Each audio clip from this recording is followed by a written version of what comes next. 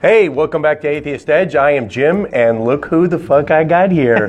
Godless Engineer. It has been about 9 hours since you've been allowed to say a cuss word, so go. Holy fuck. Yes! Fuck, shit, cock, stick a finger in my ass! Does that feel good? Yeah, it does. I mean, yeah, I had a You couple... slipped up once, twice, right? Yeah, I slipped up once or twice in our hate comment section that I ran. No big deal. Yeah. I mean, what was the average?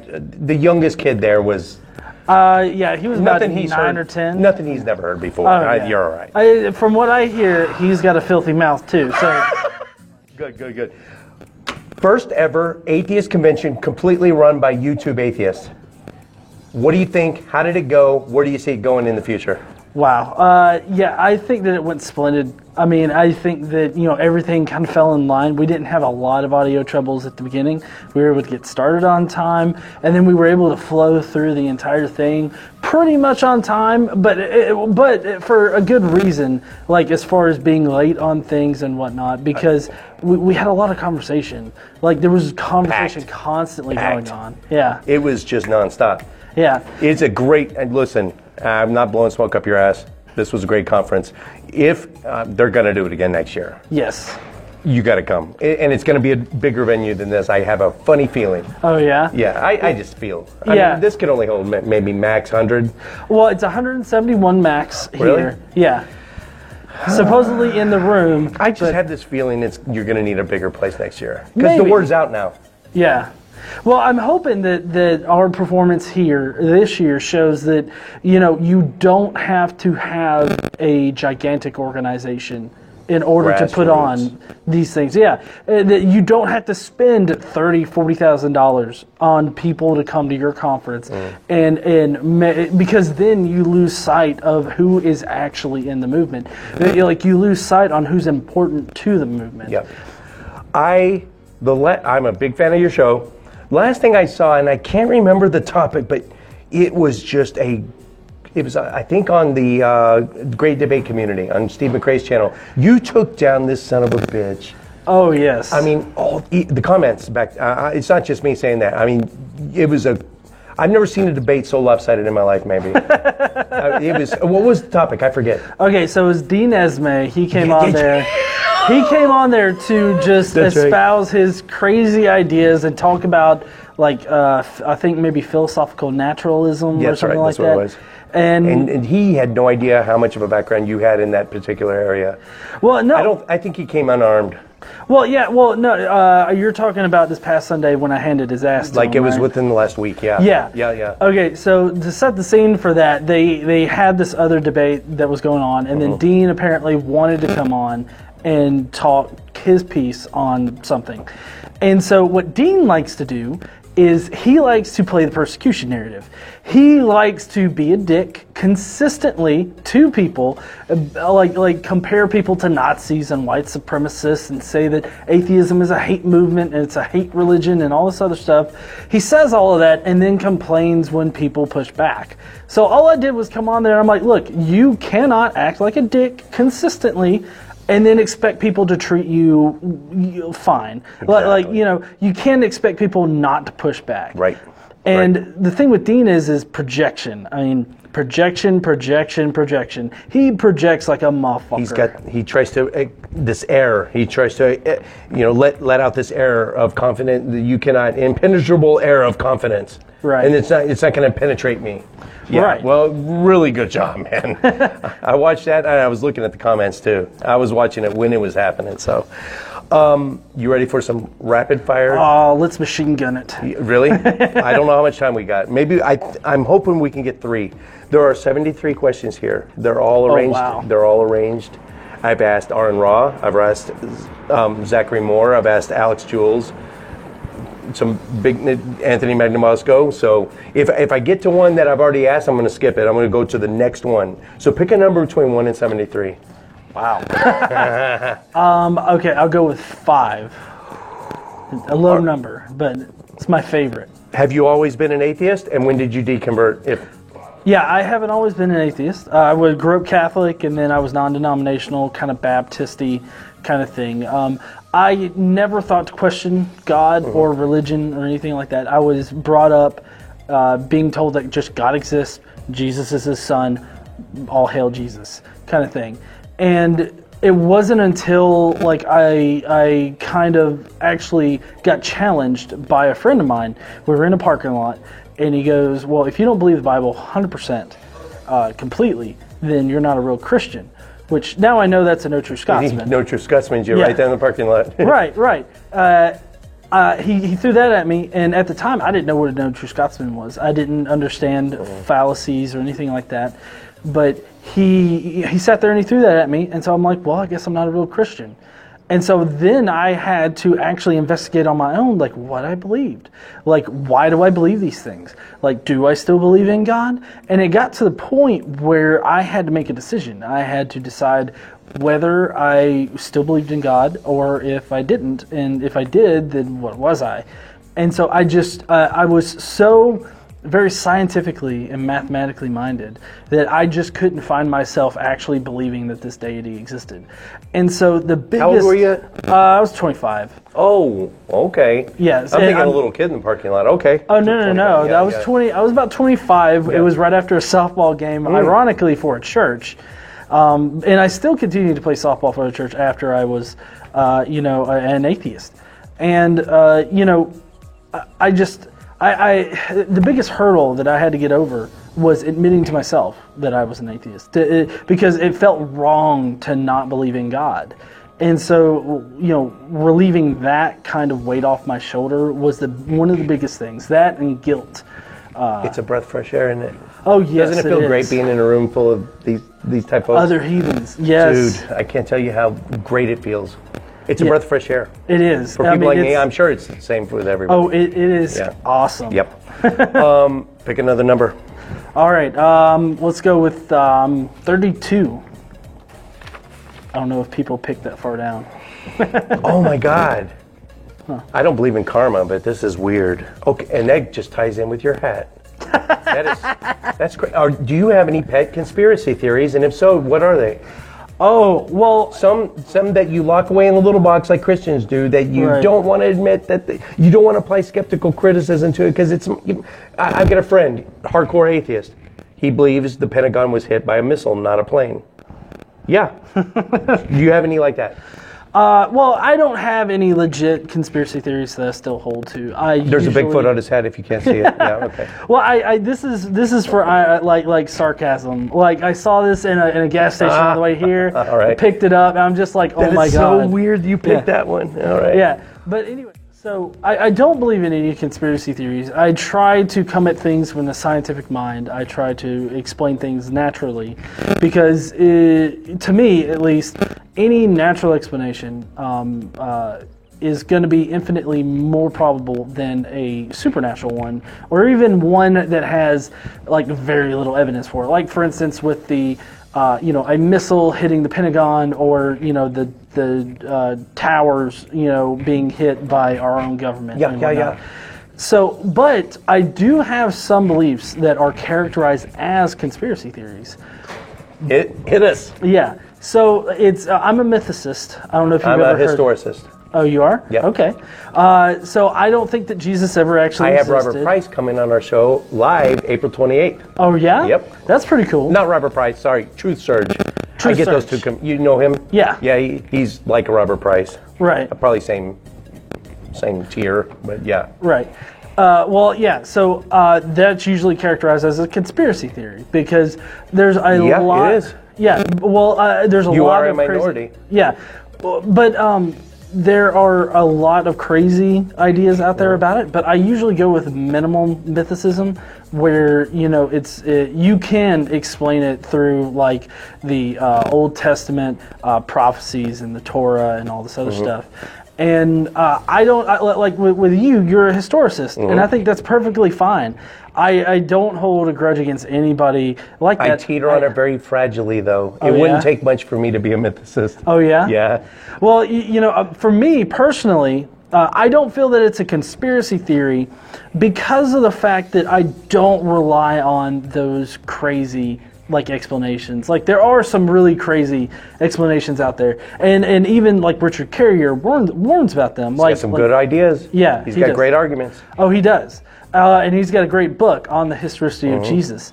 A lot of people like to throw him under the bus because they call him like a hack historian and whatnot, because he doesn't go along with the religious predisposition of it. But like the majority of like New Testament scholars that people throw out, and they're like, oh, he definitely existed. Majority of New Testament scholars say this. Well, at the same time, majority of New Testament scholars also think that Jesus resurrected. Well, true. And the reason, here's some street epistemology, the reason for believing that is not really well founded. Right. They haven't really delved into it. You know, they might not be biblical archaeologists, biblical historicists. They might just be biblical interpreters. Right. You know? Did they actually look at the origins of that and the mythos behind it? Right, and well, if you just take this as an example, the Old Testament originally thought it was written by Moses, like the first 5 books of it. Originally thought that. Consensus at the time was that he wrote it, that he existed. What's the consensus now? The consensus now is that he didn't, that it was more I don't think Moses even existed. Well, no, true. Yeah, the consensus now is that he didn't exist, and it was an actual, what was it, like the documentary method or something. I think that's the most P popular. and the J, and you're talking about all that, and how the 5 books were written in different, right. The Priestley and the Jehovah, and Yeah. So I think that at least 5 different authors. We can be sure of that. Right. So that is the current consensus. So I mean, obviously consensus can change, and even if you want to go outside of the historical arguments, just look at germ theory. I mean, prior to germ theory, we had all kind of crazy ideas about what caused sickness. And then Louis Pasteur did his experiments. Other people did experiments similar to his, verified his stuff. And it wasn't like an overnight thing. Science. Yes, science. It wasn't an overnight thing. It was a gradual process. Yep. It's not like Louis Pasteur did it and then immediately they accepted it and everything changed.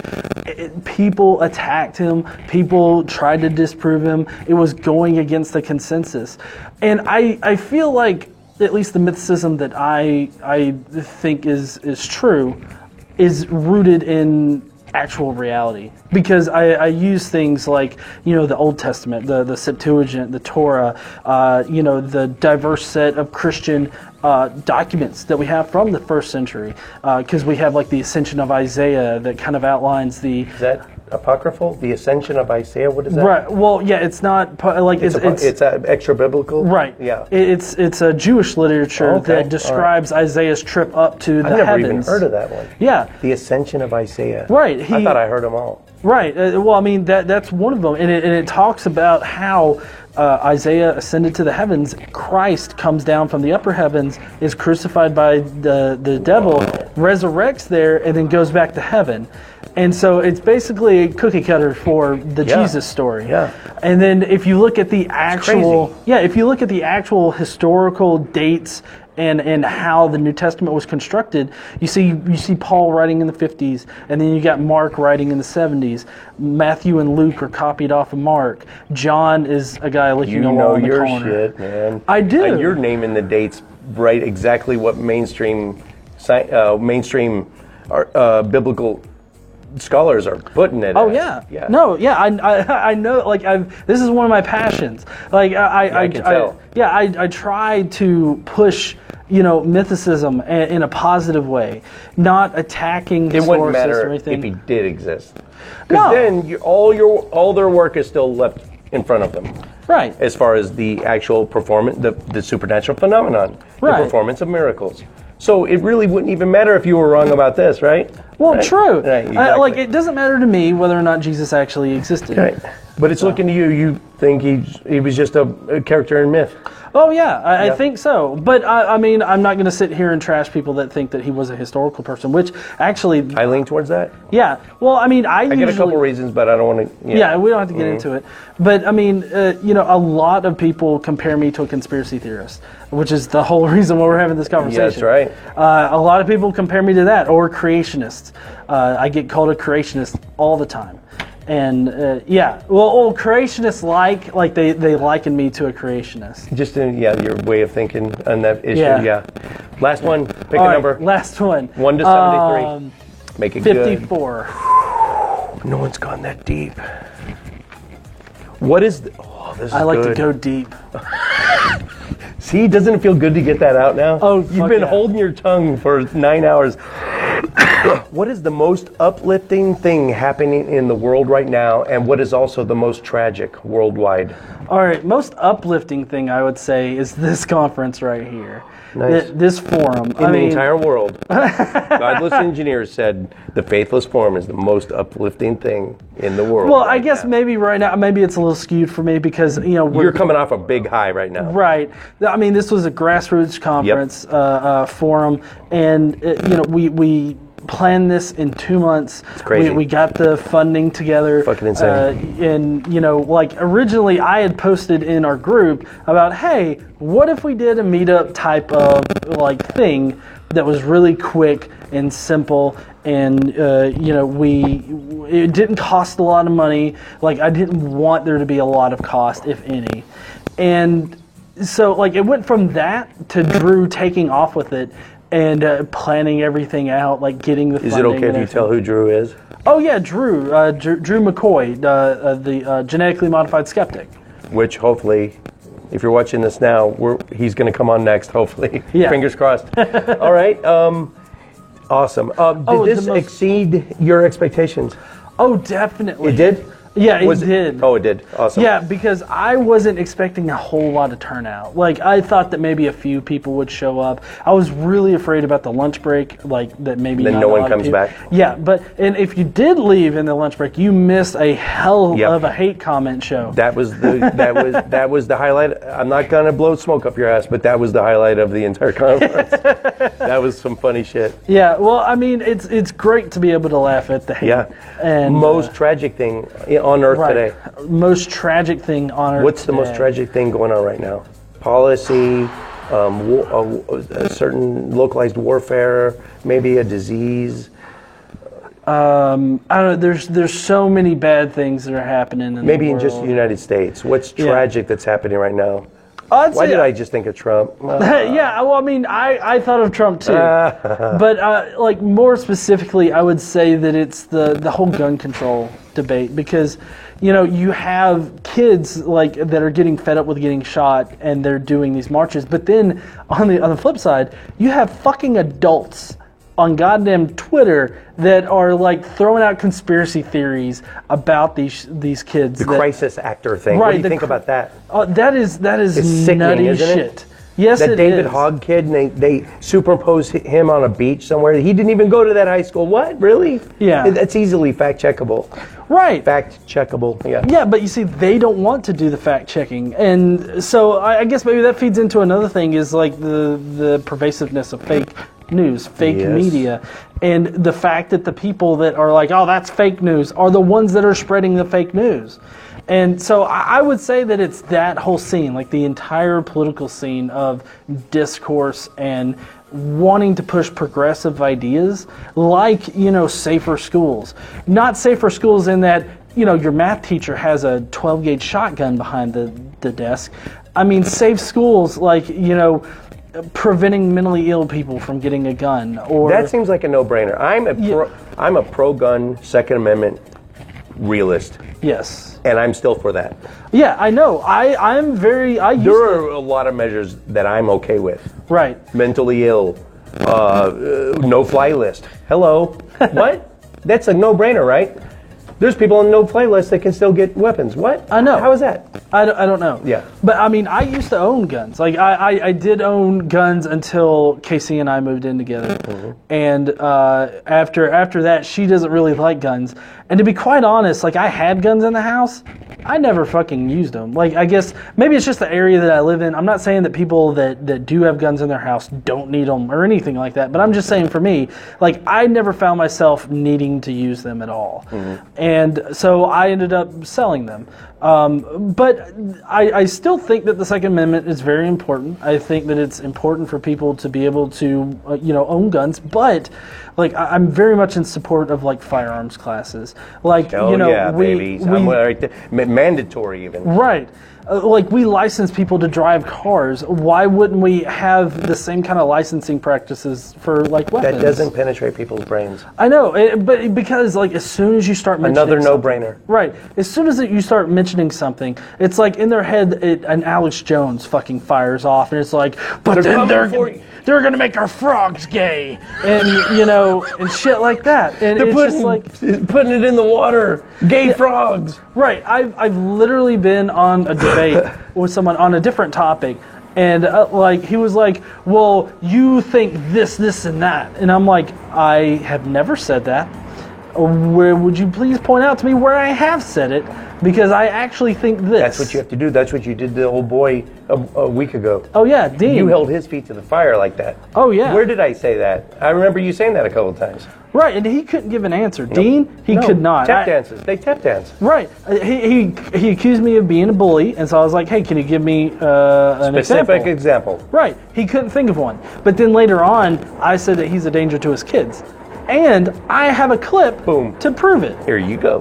Yeah, I have an example right on my dome to give him, and he just... He couldn't think of one. So I can only think that he doesn't have an example, that he's just saying it to push a hateful narrative. Push a button. Yeah. Get his fan base up. I don't know what. Godless Engineer. Been a pleasure. No, it's been a pleasure, man. Thanks I've really much. enjoyed it. I'm going to have to start checking out your stuff All his more. information is in the link below. Atheist Edge. Walking the edge of what some consider offensive. But your feelings don't matter here. Only facts.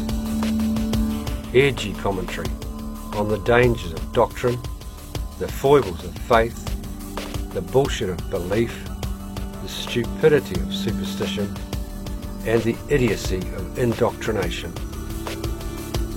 With razor-sharp wit, curiosity, and critical thought, we take an unblinking look at today's religions. We are Atheist Edge.